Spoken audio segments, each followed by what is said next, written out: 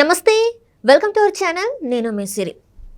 AP BJP రాష్ట్ర అధ్యక్షురాలు పురంధేశ్వరి గారు ఇచ్చిన కంప్లైంట్ వల్ల ఈసీ దూకుడు పెంచిందా? సో ఈ అంశాన్ని మనకు వివరించడానికి మనతో పాటు ఉన్నారు TDP official spokesperson Suryadevara Latha garu. నమస్కారం మేడం. నమస్తే.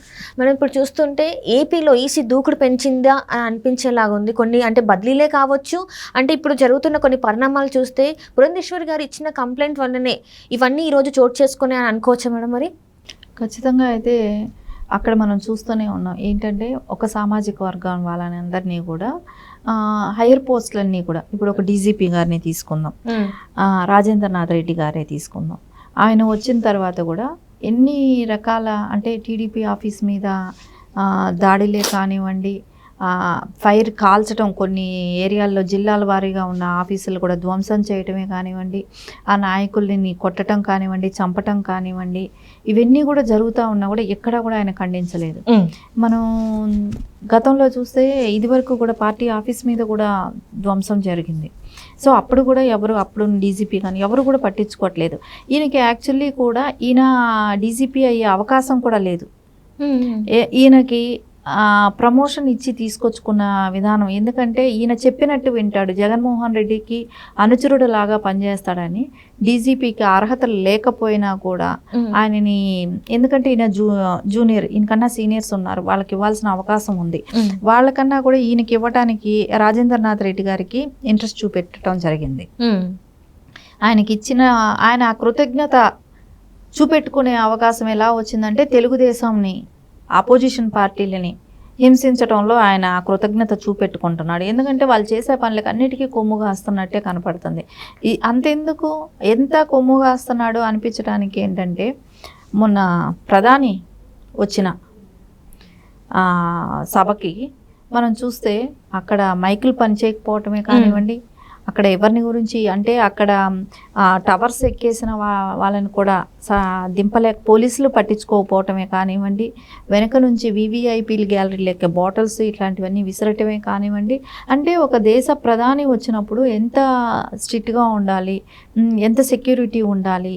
సో అక్కడ విధుల్లో ఉండాల్సిన వాళ్ళు కూడా, ఎస్పీలు కూడా విధుల్లో లేకుండా వాళ్ళు గెస్ట్ హౌస్లోనూ రూముల్లోనూ అక్కడక్కడ విశ్రాంతి తీసుకుంటూ ఉంటాం అని కూడా, ఇవన్నీ కూడా పర్యవేక్షించాల్సిన డీజీపీ కూడా ఆయన హ్యాండ్సప్ చేయటమే కానివ్వండి. ఇవన్నీ చూస్తుంటే ఏమనిపిస్తుంది, పక్కాగా ఆ ప్రోగ్రామ్ ఆ సభ అనేది ఫెయిల్ అవ్వాలి అనే ఆలోచన అయితే కనపడింది. లేకుంటే అక్కడ ఏమైనా ఇంకా ఇన్సిడెంట్లు జరిగినా రేపు పొద్దున దేశం మొత్తం ఇది ఒక చర్చనీయాంశం అవుతుంది, ఎందుకంటే ప్రధాని వచ్చిన సభ కాబట్టి.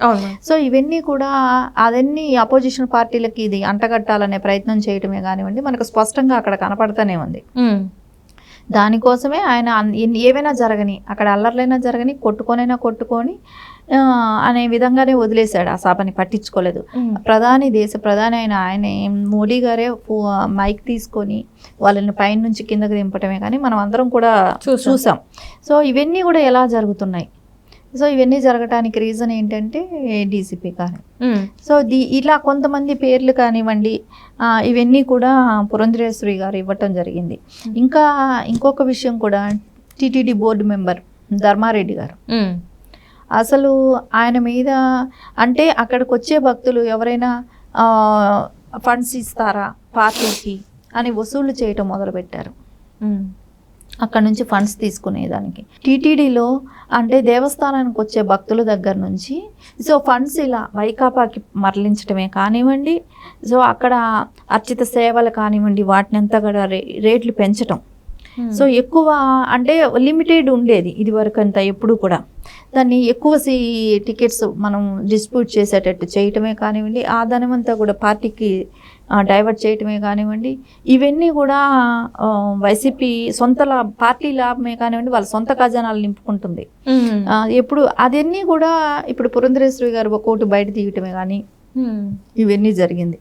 ఇంకోటి కొల్లు రఘురామగారెడ్డి గారు, సో ఆయన కూడా ఏంటి ఇప్పుడు అస్సాంకి ట్రాన్స్ఫర్ అయ్యారు, ఆయన మీద కూడా కంప్లైంట్ ఇవ్వడం జరిగింది. సో ఆయనది మనం చూసాం గతంలో, ఇప్పుడు నిన్న మొన్ననే అది డిస్కషన్ కూడా వచ్చి ఉంటుంది. ఫైల్స్ తగలబెట్టడమే కానివ్వండి, హెరిటేజ్ ఫైల్స్ తగలబెట్టడమే కానివ్వండి, ఇవన్నీ కూడా జరిగాయి. ఎందుకు జరుగుతున్నాయని అంటే రేపు పొద్దున ఆయనకి అస్సాం ట్రాన్స్ఫర్ అయిన విషయం ఆయనకి తెలిసి ఉండొచ్చు. రేపు పొద్దున ఇక్కడ గవర్నమెంట్ ఎలాగో రాదు, ఆయన ఎలక్షన్ క్యాంప్ దీనికోసం అక్కడికి వెళ్ళి వచ్చేటప్పటికి ఇక్కడ ఎలక్షన్స్ అయిపోతాయి. సో ఈయనకి మళ్ళీ తర్వాత ఆ ఫైల్స్ తగలబెట్టే ఇప్పుడన్న ఫ్రీడమ్ అప్పుడు ఉండదు. సో అందుకని ఆయన స్వామి భక్తి చూపెట్టుకోవాలనుకున్నాడు. సో ఆయన ఏదైతే చెప్పాడో జగన్మోహన్ రెడ్డి తూచా తప్పకుండా పాటించాడు. అన్ని అరెస్ట్ చేయటంలోనే కానివ్వండి, కేసులు ఫైల్ చేయటమే కానివ్వండి, లేనిపోని అంటే అన్ని ఫేక్ డాక్యుమెంట్స్ పెట్టి ఫైల్స్ క్రియేట్ చేయటం కానీ ఇవన్నీ చేశారు. సో అతని మీద కూడా కంప్లైంట్ ఇవ్వడం జరిగింది. సో అది ఆయన్ని అస్సాంకి ట్రాన్స్ఫర్ చేయటమే కానివ్వండి, మెయిన్ ఇక్కడ మనకు డీజీపీ సరిగా ఉంటే మొత్తం వ్యవస్థ కొంచెం అంటే డిపార్ట్మెంట్ అంతా కూడా కొంచెం సెటరేట్ అవుతుంది అనేది అయితే అందరికీ అనిపిస్తుంది కదా. మెయిన్ అధికారి ఇలా స్వామి భక్తి చాటుకుంటే మిగతా డిపార్ట్మెంట్ ఎలా ఉంటుంది? అవును మేడం. అంటే ఇక్కడ చూస్తుంటే సిఎస్ గారి పేరు అంటే చీఫ్ సెక్రటరీ పేరు కూడా వస్తుంది, జవహర్ రెడ్డి గారి పేరు కూడా. అంటే ఆ ప్రభుత్వానికి కొమ్ము కాస్తున్నారు, ప్రభుత్వ కార్యకర్తలాగా చేస్తున్నారు, కానీ చట్టం కోసం కానీ ప్రజల కోసం కానీ అన్నట్టు లేకుండా ఇక్కడ ఏదైతే పెన్షన్స్ ఏదైతే చూసామో 32 మంది దాదాపు 40 మంది వృద్ధుల దాకా చనిపోయినట్టు మనకి వార్తలు అయితే ఉన్నాయి. సో ఇది ఎవరి వైఫల్యం అంటారు? అంటే ఇప్పుడు చంద్రబాబు నాయుడు గారి పేరు చెప్పేసి బాబు వల్లే మీకు పెన్షన్లు లేట్ అయిపోయాయని చెప్పేసి అన్నారు, కానీ ఇంతమంది చావులకు కారణమయ్యారు కదా. మరి దీనికి ఆన్సర్ ఎవరు చెప్తారు? దీనికి అన్నిటికీ చావులకు కారణమైనది జవహర్ రెడ్డి గారైనా అనవచ్చు. ఎందుకంటే ఆయన ఒక సీఎస్గా ఉండి సో ఆయన ఎలాంటి డెసిషన్స్ తీసుకుంటున్నారు. సో ఒక ప్రభుత్వం ఒక సీఎంకి అంటే ముందు ఆయన ఆపద్ధర్మ సీఎం అవుతాడనేది తెలుసు. సో అక్కడ ఫండ్స్ ఎంత ఉంచాలి, రేపు పొద్దున ఈ స్కీమ్స్కి అంతా ఎంత మనం మరల్చాల్సి, ఇవన్నీ కూడా ఒక ప్రొసీజర్ అనేది ఉంటుంది. ఈ ప్రొసీజర్కి అంతా మనం ఫాలో చేయడానికి రెడీ చేసుకోవాలి కదా. ఇవన్నీ కూడా ఆయనకు ఒక అవగాహన ఉంటుంది కదా. సో ఎందుకు ఇది మిస్ అయ్యింది? ఆయన యాక్చువల్లీ ప్రభుత్వ అధికారే కానీ పార్టీ నాయకుడు కాదు కదా. సో నువ్వు పార్టీకి పనిచేయటం ఏంటి అంటే పార్టీకి నువ్వు పార్టీలతో నువ్వు అసలు అపోజిషన్ పార్టీని విమర్శించే ఇది కానీ అపోజిషన్ పార్టీని గురించి మాట్లాడే ఇది కానీ మీకు లేదు. మీరు ఒక ఎంప్లాయ్, గవర్నమెంట్ ఎంప్లాయ్. ఆ ఎంప్లాయ్ కూడా ఏంటి, ప్రజల ట్యాక్స్లో నుంచి వస్తే జీతం తీసుకునే వాళ్ళు. సో మీరు ఎవరికి జవాబుదారుతనం? ప్రజలకి.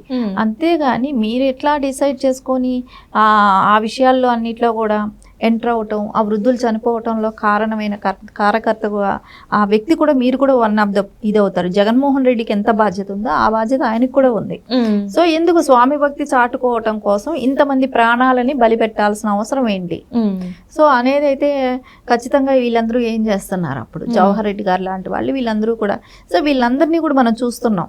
ఎప్పుడు కూడా ఏ రాజకీయం ఎప్పుడు కూడా టీడీపీ ఉన్నప్పుడు ఒక కమ్యూనిటీకి ఇట్లా కొమ్ము కాసింది ఎక్కడా లేదు. సో ఇప్పుడు మనం చూస్తున్నాం. ఇది ఏంటో వాళ్ళ ఫ్యామిలీ అంటే దీనిలో చాలామంది కడప జిల్లా వాళ్ళు అందరూ, వీళ్ళందరూ కూడా కడప జిల్లా వాళ్ళు, కడపల వాళ్ళే. సో ఎందుకు అంటే ఆ ఒక్క స్టేటే పనికొస్తుందా పరిపాలనకి? మిగతా వాళ్ళు ఎవరు పనికిరారా? ఆ మిగతా వాళ్ళు ప్రజలు కాదా? సో ఎందుకు ఇలా జరుగుతుంది? సో ఖచ్చితంగా అయితే దీని మీద అయితే ఈసీ నిర్ణయం తీసుకోవాలి. ఒకరి విషయంలో తీసుకుంది, అస్సాంకి పంపించడం జరిగింది, అదేలాగా మిగతా వాళ్ళ విషయంలో కూడా తీసుకోవాలి. ఎస్పెషల్లీ దేవుడి సొమ్ముని దేవుడి సొమ్ముగా ఉంచాలి. అక్కడికి వచ్చే భక్తులు ఓన్లీ దేవుడి మీద భక్తితో వస్తారే కానీ వైసీపీ నాయకులకు ఫండ్స్ ఇవ్వాలని కాదు. కాబట్టి ఖచ్చితంగా ధర్మారెడ్డి గారి విషయంలో కూడా యాక్షన్ తీసుకోవాల్సిన అవసరం అయితే ఖచ్చితంగా ఉంది. Right, thank you so much madam. Thank you.